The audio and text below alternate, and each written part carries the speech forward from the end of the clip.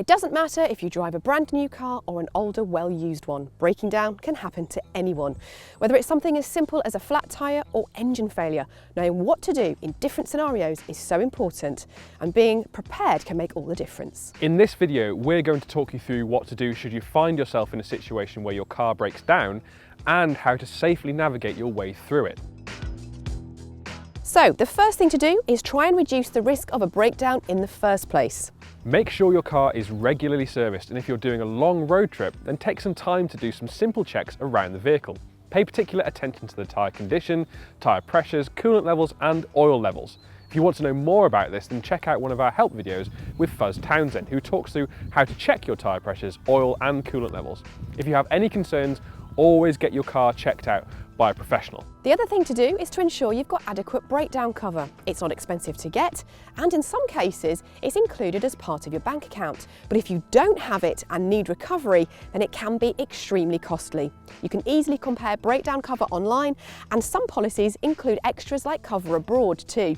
Once you've got your cover sorted, store the emergency breakdown number in your phone so you've got it to hand should the worst happen. Being prepared is also a good idea, so having a few items in the car should the worst happen will make the process more bearable. Have some waterproofs, an umbrella and a blanket in the boot should you have a mechanical issue in bad weather.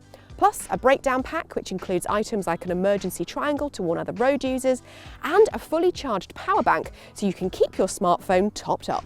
So now you've got the peace of mind that you're covered and you've checked the car over, then the next thing to do is to keep an ear and an eye out for any unusual behaviours from the car.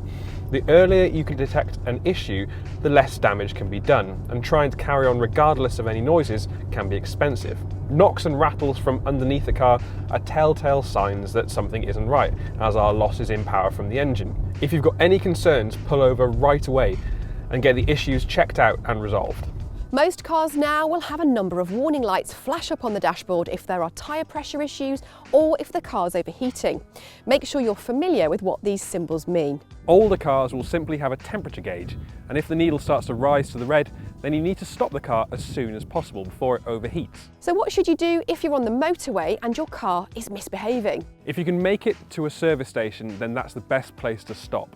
Alternatively, try and pull off at the next junction. Motorways have fast-flowing traffic, so anything you can do to get out of potential harm's way is best. If you can't make it off the motorway, then move to the hard shoulder as safely as possible and stay as far left on it as you can. Put on your hazard warning lights and get out of the car to the left-hand side and move behind the barriers.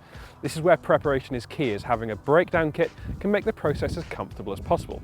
Use the blanket to sit on behind the barrier and waterproofs an umbrella to stay dry if it's raining. Once you and the passengers are safe, then call the breakdown services.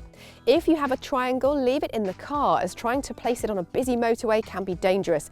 Keep out of the car until breakdown recovery arrives. On smart motorways, again, follow the same rules as a normal motorway and try and get off it as soon as possible. If not, then there are refuge areas which are worth aiming for. These emergency areas also have SOS telephones situated in them, so you can easily call for help. If you can't make it to one of those, then as before, pull over as far to the left as possible. Use the hazard lights and exit the car on the left-hand side and get behind the barrier. You should then phone your breakdown assistance provider once everyone is out of the vehicle and safe. However, if you're unlucky enough to break down in the middle of the motorway, then call 999 as quickly as possible and let them know of your location as accurately as you can. Use the markers at the side of the motorway to help pinpoint your position. Keep your seatbelts on and your hazard lights activated. While the traffic speeds might not be as high as that on a motorway, a country lane breakdown can be just as dangerous. Blind bends, undulating roads and rough surfaces can all mean that if you're stranded in the middle of the road, a country lane could prove a scary place to break down.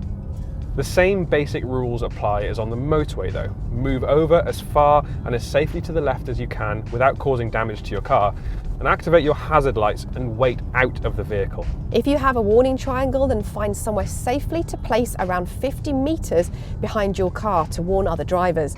Then call breakdown services and be as accurate as you can when telling them where you are.